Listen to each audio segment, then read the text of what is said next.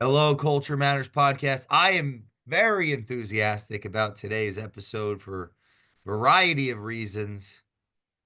Excited to introduce you to our guests, Paul Lucido, Andrew Berman. Lucido, Berman, 30 Days of Thought. We're back.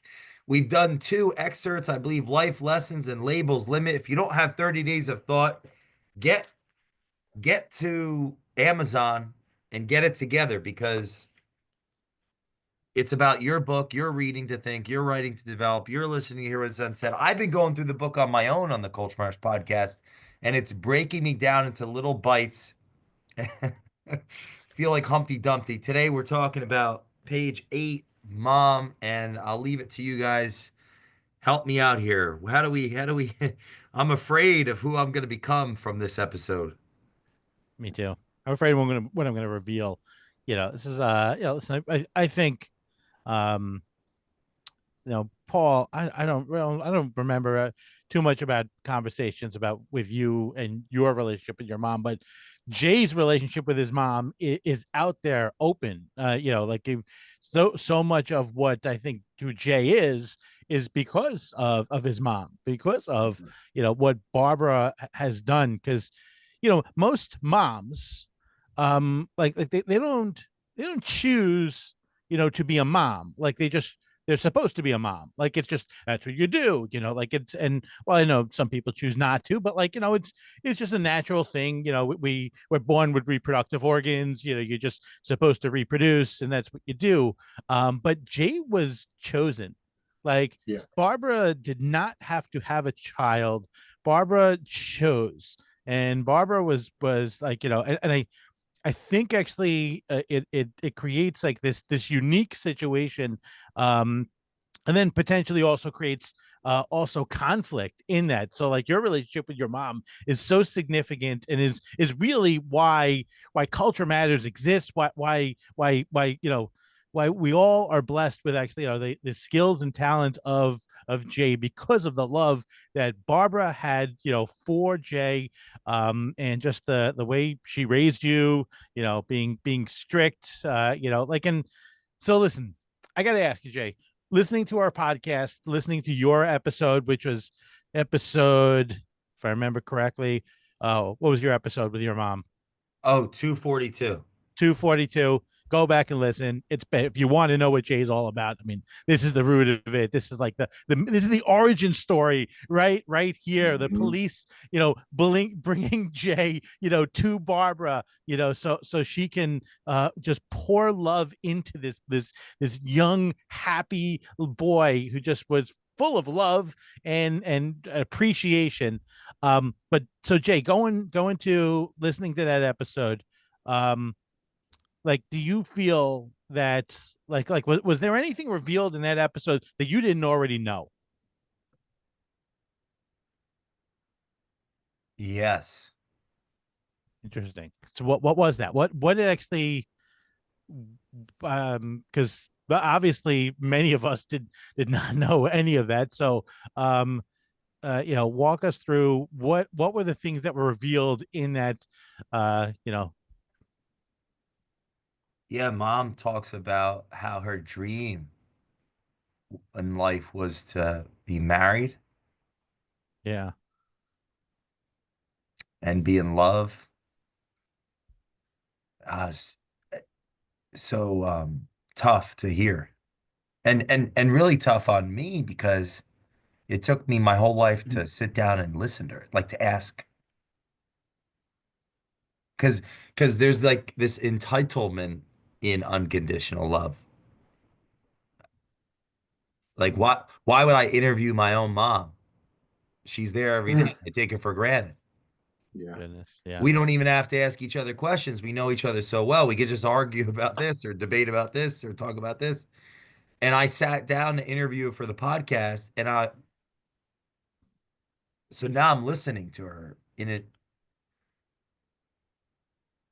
And more than in listening, I'm like learning about because I'm asking questions, like wanting to know, and it's painful. Like, oh, I wish that would have been nice to do that, to always do that. One thing that stuck out, yeah, her dream, which that's not, you don't always get your dream. Hmm. You know, Yeah. you don't always get your dream. I Yeah. might not get my dreams. Our listeners might not get their dreams. Maybe what we get is something better than our dreams. It had Yeah. things. If and I don't want to take all the credit for that. Like somehow I got been able to get somewhat back on course in that very important relationship. And I think we have love and I respect and I work to, like, at one point I said I'm gonna definitely stop arguing and start listening. You're saying with your mom, your Oh yeah, relationship yeah. with your. So that was like when you were 18 was when you Oh, oh, that's like fucking that's like a couple years ago. Wow. like literally a couple of years ago, like what like 18, I moved out to try to become someone. 18, I became a man of the world, meaning a man of the couch. 18, 18, I'm sleeping on Jordan Brito's couch in the basement at Juan Carlos' house as Hmm. the internal culture coach of this of Jordan, driving to a different town trying to go to high school. You know, you're not even supposed to live in another town when you're going to a different high school. Like, no way. No, no. It's like all this journey has been my journey to try to put myself back together. And I haven't done it by myself. It's the culture, it's our client partners, it's my friends, enemies, role models, my wife, you guys. The book 30 Days of Thought is a meditation, Yeah. trying to work, trying to grow. So, and I definitely have to say this. I have two moms. That's a blessing because I have right in my desk here, I have a letter that I've written to my biological mother, who I knew for 4 or 5 years. And I'm going to give it to her when whether that's at her tombstone or meet her in person. I have a letter I wrote to her this year, which I'll read. Probably not today. oh, just okay, Yeah, first sentence. Can we hear I, how it I, starts? yeah, you could hear how it starts, and it's a great, yeah, Mommy Linda, because that's how she was. I remember us. I recall the name Mommy Linda at a very early age. I was taken back to the very beginning when I knew you while recently rummaging through an old box. There were letters written to me by you. It was deeply emotional to read through your letters to me as a small child.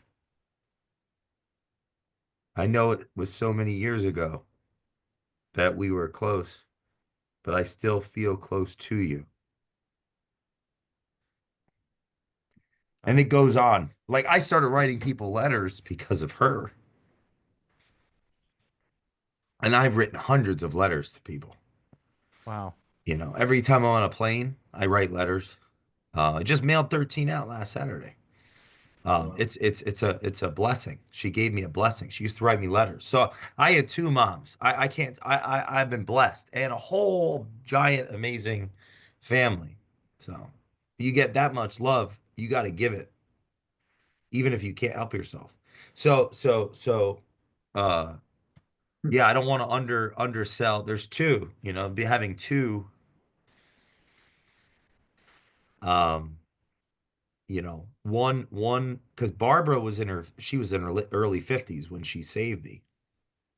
And so Linda was my age today when she had me. So it's like, whoa. Oh my goodness. Yeah, Wow. it's exciting. That's why I'm not, angry whatsoever for Pops, because I definitely would have done the same thing. Who the hell wants that responsibility?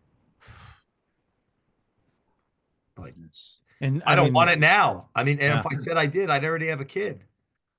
Yeah. So I'm not mad at him either. I'm excited. I hope, he's listening to the show. We'll have to get him on. But yeah, listen, yeah, there's a lot. That's why I wrote this. Um, It's one of your shortest chapters, but Mhm.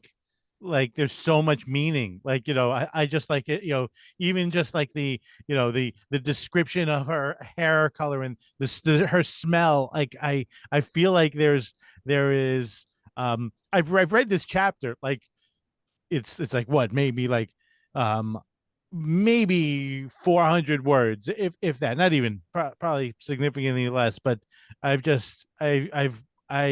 meditated to it, just thinking about it, just thinking about that and listening to to the interview with Barbara, the woman who chose to love you, I just, and there's I have, people. what Oh, was that? sorry. Go ahead. Yeah, go ahead. I just have so many. I have appreciation for that woman, for the person that she is, the way actually, through the shit that you put her through, at least the Oh way yeah, she a lot. portrayed it, and how she was still strict, and she still actually, did everything she could, to make sure, actually, to make you that the man that you are today. um I can't oversell that episode. It is such a great thing. If you've ever listened to any one of these, any one of Jay's episodes, this is like, you'll appreciate this so much. And she's coming back. High demand. I told her when we're together, we're filming podcast because I think she's gonna turn 84 or 85. So it's like that's a great anchor to get some more time. It's like you got to show up on this podcast. You got people waiting. Yep, would love it. I would recommend anybody listening with a parent that you have a history with, which we all like, couple things. If you don't have a podcast, start one. And just for that, we went recently and we drove to all the places we lived as a child when I was a child. Oh my goodness. And I like videoed it. We drove to I brought her. There were like all these different apartments and houses, living with family and whatnot. And we went through all and schools that I In your went to. uncle's place?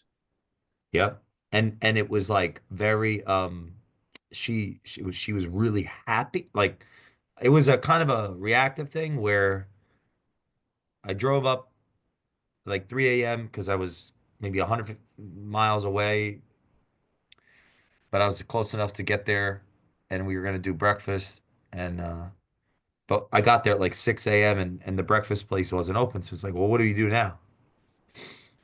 Oh, well, then I was like, oh, let's go see like, let's go see everywhere we've ever lived. That's fun.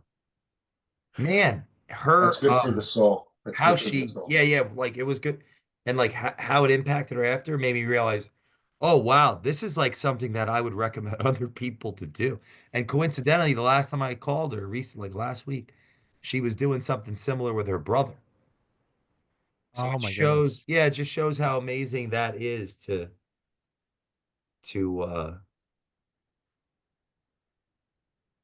to to to think about. I mean, yeah, anybody that's listening that has parents, we've been through much together and so much that I can be overly critical on myself as a 4 year old or a 3 year old or a 5 year old, but I didn't believe in Santa Claus at 3. But so I could be overly critical of how I related to the circumstances by which I was raised in and whatnot. I didn't know how to process. I don't believe I understood how to process all of, regardless of ability or whatnot. And unfortunately, in the earlier years of my life, it was easy to take that out on somebody that will love you unconditionally. So I have to compensate for that, repent.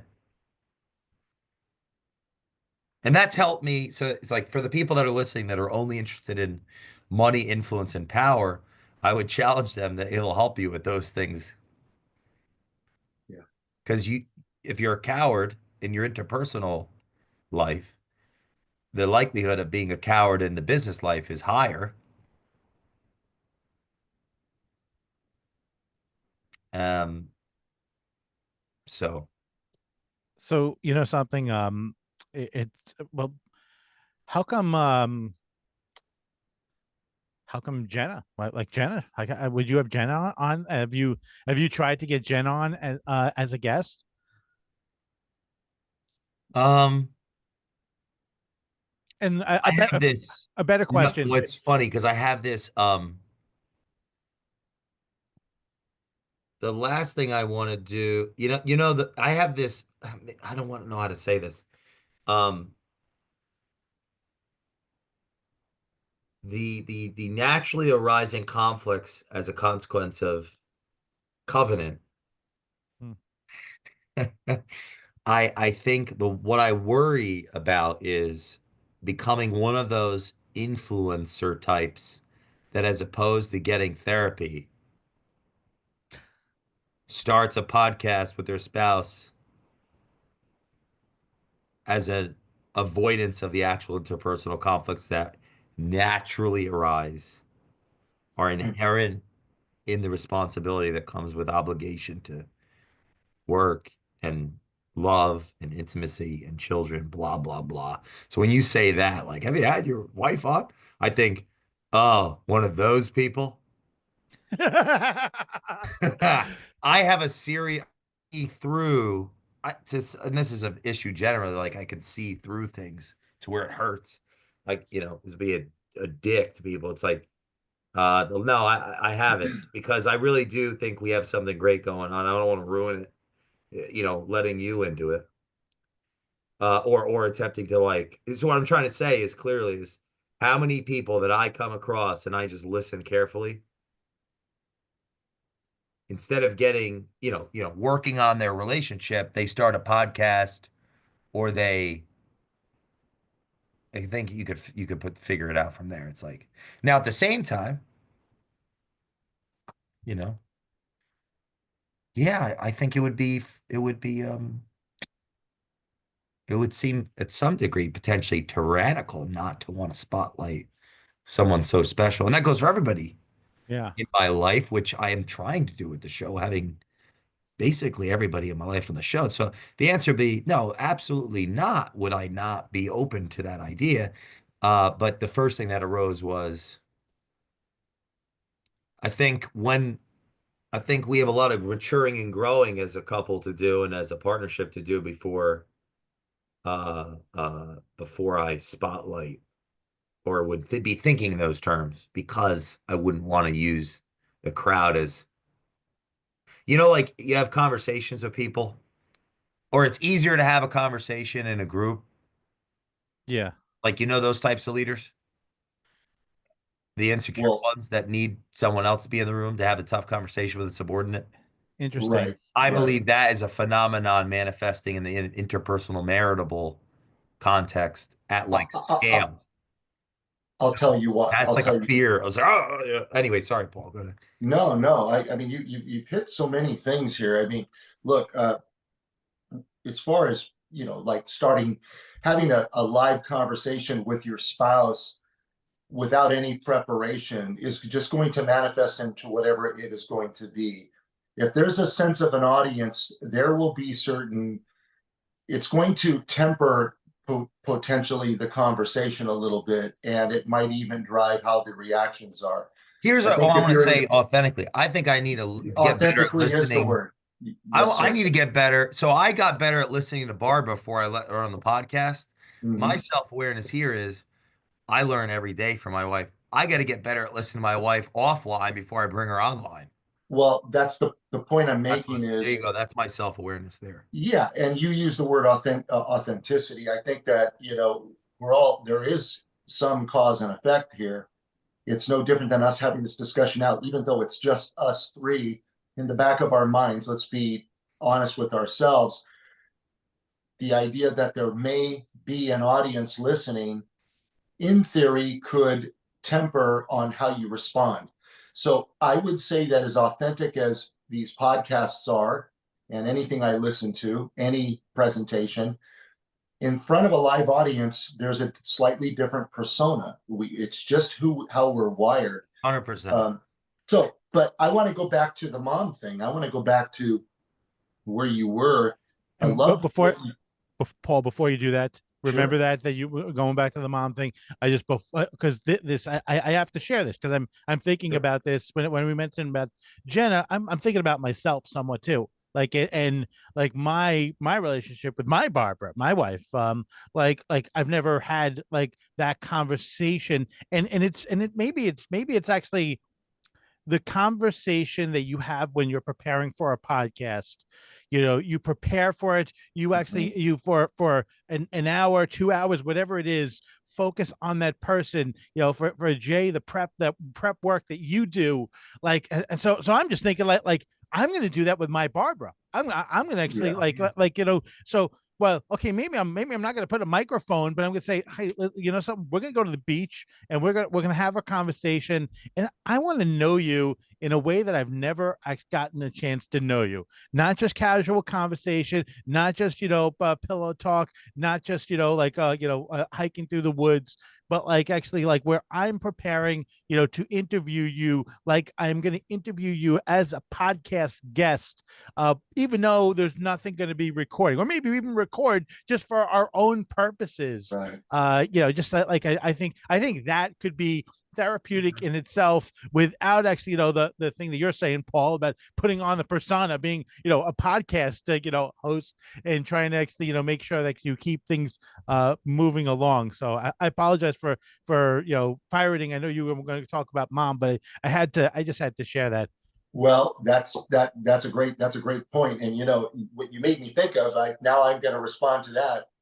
Last night, Darn and we have this place we frequent. It's been in a small town that I grew up in since 1966. It's a little Mexican restaurant, and we've become very, very well acquainted with some of the staff there and a lot of the patrons that go there on a regular diet. And we were sitting last night together, her and I, on a corner of a bar, and we were engaging other people. And there's a dynamic between Darla and I that we have that is very natural and very magnetic, and people will observe it, and then vice versa. Sometimes I see a couple, and then there's engagement, but there is a different there's a different dynamic that's happening in a public setting where we're husband wife, we're soulmates, we're playing off each other.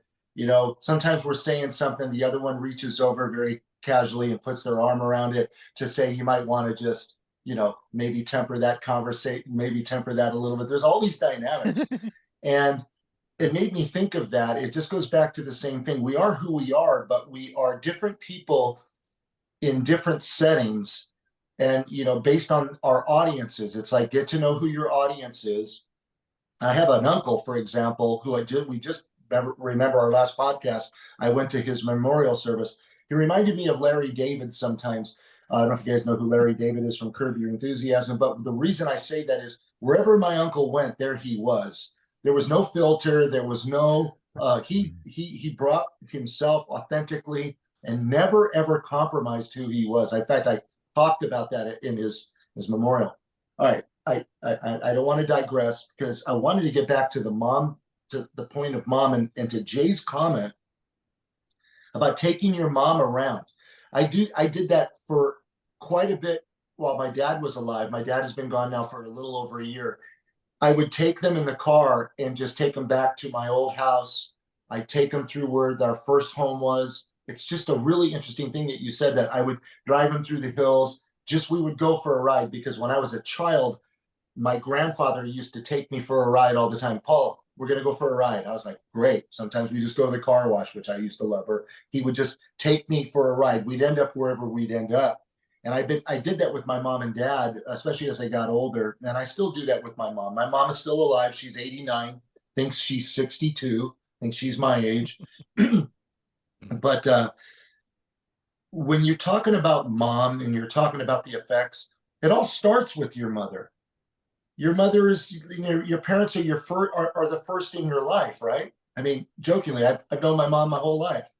I mean, so she brought me into this world. She has been a champion for me. She's my one and only mother, and that's been great. I had a grandmother, two grandmothers, one of which that was like my second mom, and you get a lot of different perspective that way. But to your point, I mean, in my situation is different than yours, Jay. I mean, my mom and I went through some trials and tribulations. Um, but for the most part, I have a very healthy relationship with my mother. And she still to this day, makes me believe you could do anything you put your mind to. I think I mentioned that in the podcast you and I did, episode 10. But she's always been that person. And I'm a lot like her. I have a lot of her energy as a result of that. But anyway, I don't want to go down, too much of a rabbit trail. I don't have any compelling stories to talk about my mom, other than to tell you that my mom is an immigrant. She came to this country when she was 21 from Italy. She was born in Italy, lived in a small town called Casamassima within the province of Bari. And my mom, had a green card until she was like 60 years old. And then finally she became a US citizen. And she still has a thick accent. And she was hardworking.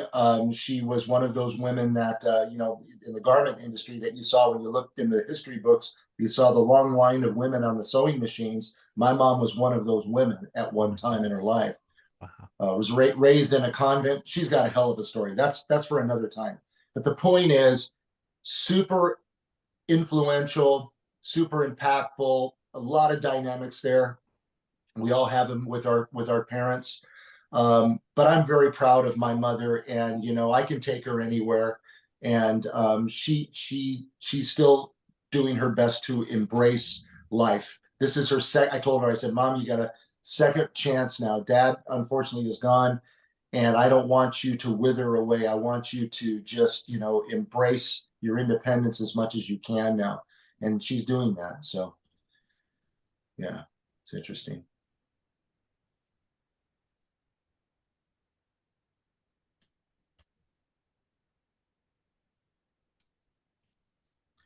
So do you think that everything about your mom?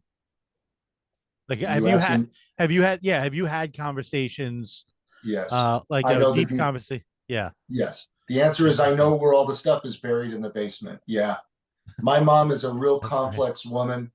Um, I'll make it short because I don't want this to.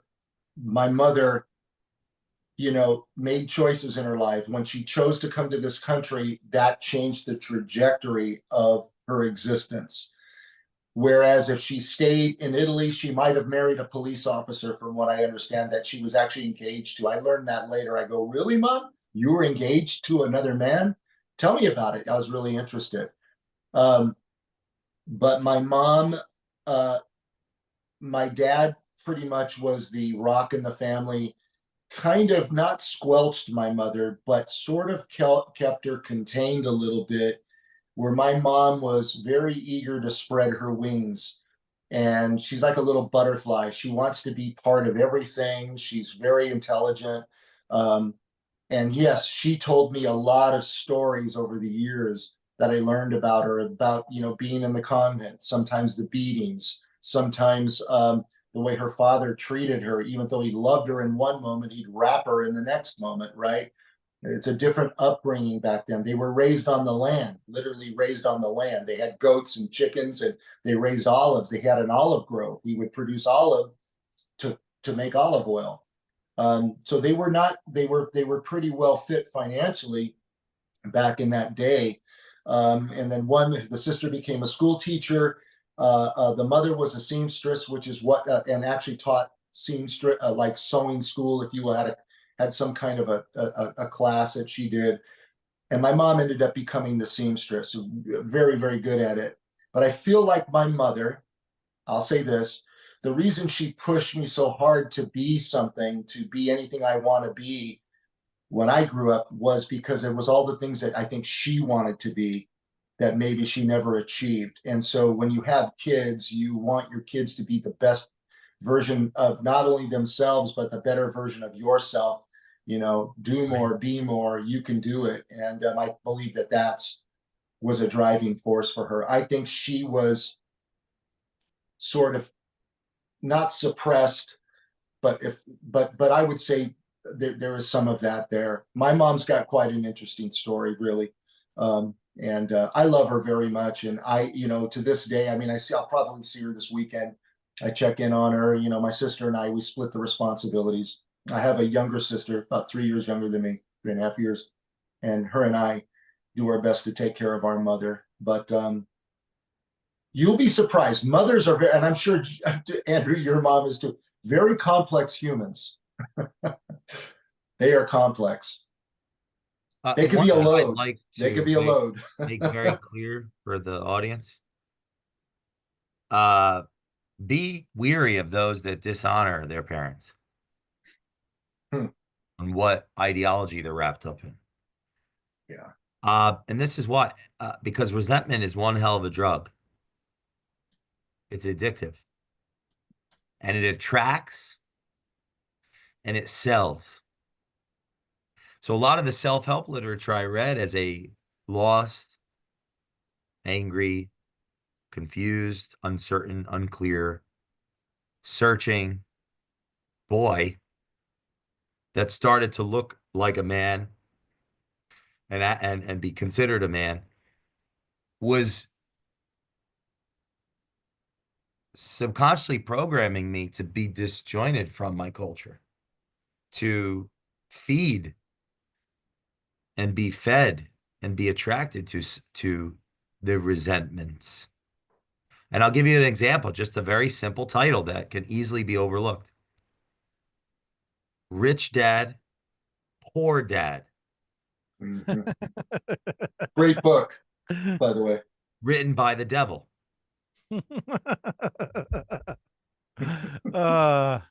Rich Dad, Poor Dad. One of the ironies of that book is well, that's by Paul. Like, yeah, you're right. Extremely informative, uplifting, inspiring, thought clarifying. Hey, am I an employee, a business owner, self-employed investor? But there's this separation between the child and the parent that drives the narrative. Rich dad, my best friend's dad. Poor dad, my dad. I bought into that too deeply. As an example. And that is I wouldn't I want to make sure I do not believe any of that is intentional. That's more of me deconstructing what's going on there. Right. We get wrapped up in our stories and be careful of the crowd. So, for example, when I read that, I'm interpreting that through my own autobiography, poor dad. And the story goes to say, another way to read it, didn't make a lot of money, didn't take risks. You could also read it, valued family, valued education, didn't, honored their obligations, was responsible. Like you could read the same thing two different ways.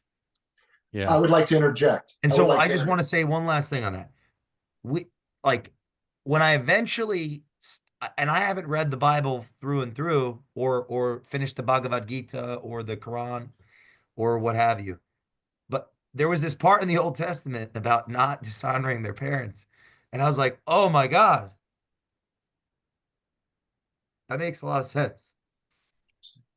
Why would I separate myself from my past, from a part of myself?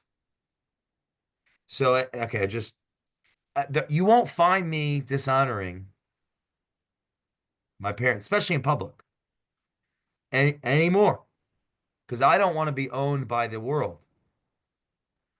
That's not who I want to be. And I would argue that if I want to increase my likelihood of my kids hating me, I'm gonna just focus on destroying my parents. Like, so anyone listening to this, that's my warning to you. You want to be separated from your children, separate yourself from those that, from your brokers, separate yourself from your brokers. Yeah, right? Between the eternal and your potential. That's the parent, the broker. Sorry, I'm laughing because of some industries that we're connected to. Not everybody. Brokers are borrowers are best. It's funny. So, yeah. Yeah, that's some heavy stuff. Like you, I've honored my parents my whole life. I'm sure, Andrew, you come from the same cut of Well, I want to cloth. be I clear. I see. did No, not honor no, them. yeah, yeah, no. Nietzsche said the tree that grows to heaven's roots go all the way down to hell. I've lived in hell. I'm trying to Well, climb out of hell. yeah. See, I come from a different place, and while we've had our differences, you said something which is where I wanted to interject. My dad was pretty selfless. He didn't put himself first ever. In other words, he wasn't like a bleeding heart, not like that. What I mean is, my dad put his family first always. If his family was, I remember, could hear him saying, coming home from work or whatever, if everybody's content, he's content. So if that's how it was. It was very simple minded, but it worked. And now you could also say, as a parent, it's your obligation, your job to lead by example. So if you want to demonstrate how to be successful, you do it through your actions. I always say that kids are watching you. Don't think they don't watch, because they do. It's no different in a company, in an organization, when you're watching the ownership, and the ownership, doesn't realize that their eyes are on them. Eyes are on the parents, since from when you're a very small child, you're observing not what they say, but what they do. And my kids do that to me all the time. They'll bring up memories, and I'll go, "What the hell? I don't remember saying that." And I go, "Dad, don't you remember, Dad?" So, be wary of that. But I think that a lot of what you're talking about also speaks to balance in life. I mean, Jay, I can go back chapters about, we were talking about two forks, I think it was. There was the one pulling through, different things that speak to, once you have, the only way you're going to grow is you've got to break the shackles, and you need to spread your wings a little bit. And that's when you part company from your parents to grow, but you can still be tethered at a distance. You know that there's a home base to go back to. You know that there's something that can ground you when you get a little off course. But it does require you to create some form of separation in order to grow. And, but not with, at the same time, still appreciating, as you said here, love, respect, appreciation, gratitude. You don't want to lose those fundamental qualities. You don't want to lose those principles. No, Andrew, the reason I said that about you and I don't know your mother, Andrew, but I know your dad enough. And I feel like what I've learned about your father, and I really have a lot of admiration for Joel. I know he's getting older now. He's got to be getting there. He's got to be getting up there. But you and Joel remind me so much of each other. I mean, yeah. The apple doesn't fall far from the tree, man. And the fact that you're a good human, I attribute that probably to your parents. I mean, yeah. If you like somebody's kids, probability is you'll probably like the parents. Because, like I said, the apple doesn't fall far from the tree, but there's always exceptions to the rules. I have family members that don't speak highly of their parents. They did not have a good child upbringing. There was a lot of dissension, a lot of conflict in the relationship. Well, this is where absolutes, and sure, they're going to have a different. Yeah, absolutes lead the contradiction, because what are you going to do if someone's a psychopath? That's a good point. I just can't speak to that because that's not my experience. That's why Jesus died, just so everybody Just want to So be clear yeah, even if you don't like, you just think he was a carpenter. Uh, I mean, would you die for the psychopath? Well, no, that's why you're not Jesus. yeah, So, that's a good point, sir. That's a good point. because I was being absolutist, right? Well, okay, at the same time, someone could listen and say, sir, what they did, you don't come back from that. Right. Man, that is, I mean, if that doesn't bring us to the point to our knees from a reason standpoint, like I need faith of some kind, I don't know what does. but Yeah. you hold on to it. Like you can't spread your wings if you're holding on to this resentment. And Mhm. so here's Hey, like, keep talking. I gotta let somebody in the front door.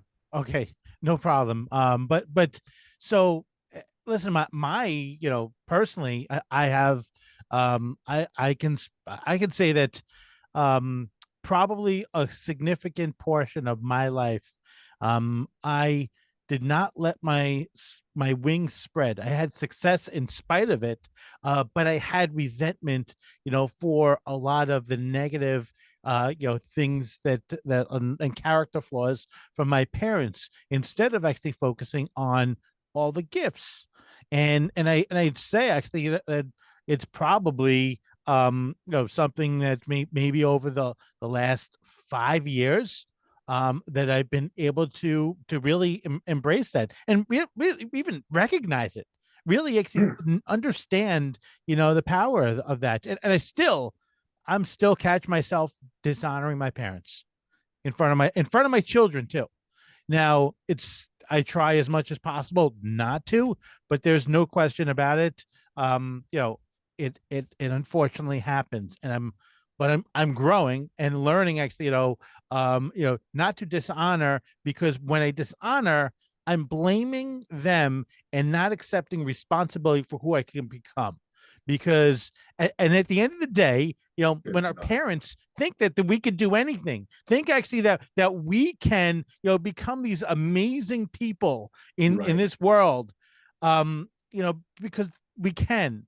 And but if we're holding on to the flaws that we that we see in them, we're just going to inherit those same flaws. By the way, my notes that I wrote down, for this chapter, are disgusting. Like I read it back and I'm just like, and my first one was actually much better, but like I don't know, just recently I wrote it, and I realized, it was dishonoring. And and I sometimes have these seasons where I look at, where I am, and knowing actually that I've been limited in life because I've held on to, these flaws, instead of focusing on, the wonderful things that my parents gave me, with the best at their abilities. And Mm. yeah, so that's my thing of trying to do everything I can to not dishonor and give them the credit, and shine the light on the positive values, like the way, you mentioned with rich dad poor dad. This is a segue to a 4-hour podcast we could do, and I want to segue it here and we can end. For the open loop, as Janine Driver would say, I think like episode 2, Janine, or 3. Um,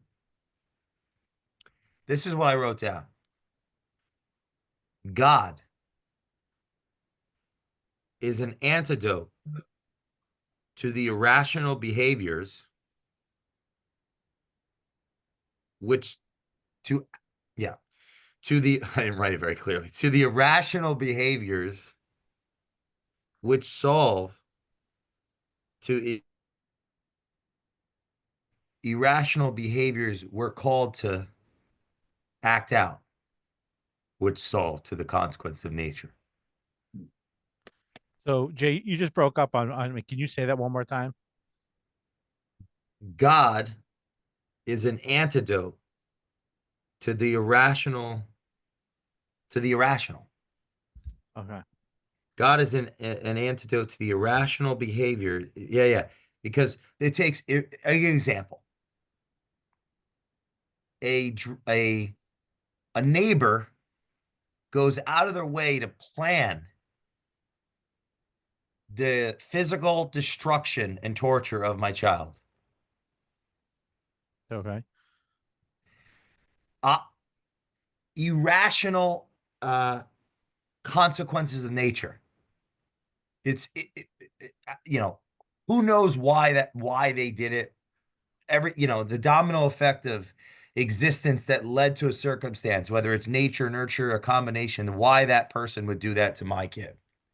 I'm never taking responsibility for that, and I'm not going to live the rest of my humanity, my time and space, believing it's my fault. That's going to lead to my life being a hell.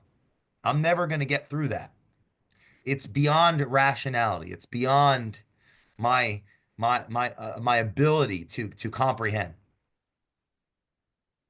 That's an irrational consequence of nature. God, like the belief, not the belief like, oh, I just believe like because I say I do, but a combination of that and how I choose to live, what I choose to do, say, think, act, interact. So that's the acceptance of that belief in a phenomenon in how I live the rest of my life. Like to process that irrational consequence of nature, to work through it. Mhm. The belief in God is an antidote in the sense that it leads to irrational behaviors. I might go before the court and say, I forgive, I might, depending on my belief, what I think, what I speak, what I don't do, what I don't say, how I choose to show up, I might forgive and really mean it, that person that did it. I'm not saying that that's the right thing or the wrong thing. I'm saying, hey, how is that person going to live out the rest of their days? What effects? Like, because you mentioned responsibility, which was led to this. How do I responsibility is like I own it. What did I do? Fault. It's my fault. I should have done this or that. That'll drive somebody insane. Those are irrational consequences of nature that led to my child being destroyed in the physical form. So God, whatever God somebody worse, the God, it's an antidote to, or it's a antidote. Sorry, it's an antidote to the consequences of that irrational, of those irrational consequences of nature. It's a, it's like a driving force to the irrational behaviors. So it's like people say, is God real or not real? You don't think about this in a mind sense or a knowledge sense. You think about this in how one works through the world and the Mhm. improbabilities and the irrationality of the world. It's like it could save our life. Because like I die, if I'm a parent, I die with my child if they, as an example. And there's so many scenarios. I think if we thought this through, they try to use this extreme. I'm just thinking of the parent child one, probably because we're talking about parents. So anyway, that comes God is and what makes it real is what we do with it. It's like that's the real conversation. Not like, who was born on what date or, did somebody come back to life or this, that, and the third. But it's like, you know,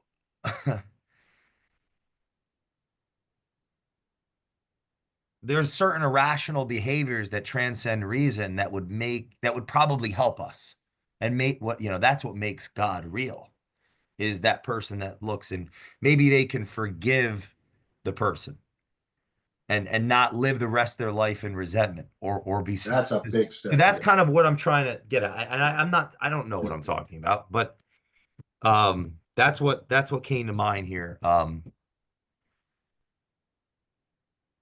That's growth. That's growth. I mean, that's hard to push through. When you guys were bringing up responsibility, God, you made me think of my uncle. He said, when is it that you take responsibility for yourself and stop blaming others or your parents for who you are. Parenting helps. Did Jay freeze? No, he's not. Parenting helps shape us. But then there's a point when you become aware that those choices that you make along your journey are your choices. There are some things that the choice can be limited, but there's a saying that there's always a choice. And having God in your life, which I do believe in that, helps guide you, especially when you're going through those very, very tough times in your life. Being able to forgive another person, that takes a pretty big person. You have to be able. It takes a lot to forgive another person. And I'm with you. Resentment is cancer. It just eats you alive. And we're not here for that long. And so we need to, it's back to embracing the moments and being able to move forward. What kind of life is it if all you do is resent? Now, don't get me wrong, if you're incarcerated or you did something, it's going to be hard for you to, feel good inside and be forgiving, but there's probably something to be learned from that, obviously, too. And I guess it's all about what you make it, how you react to it, how you think it through. And I really am a firm believer it's how you treat other people. I always pray, I want to be, for my family, be the better version of themselves and how we treat other people. And I want to say too, I don't think you need God because like that person that I want to play devil's advocate, that like lost the child, you might find a significant amount of meaning in your life burning the world down. Very possible. I'm not saying it's So not. if we're talking about power and influence and authority, like just and also you want to get rich quick scheme, build it on resentment, envy, lust. I'm telling you, like that's a great way to really get a lot of success.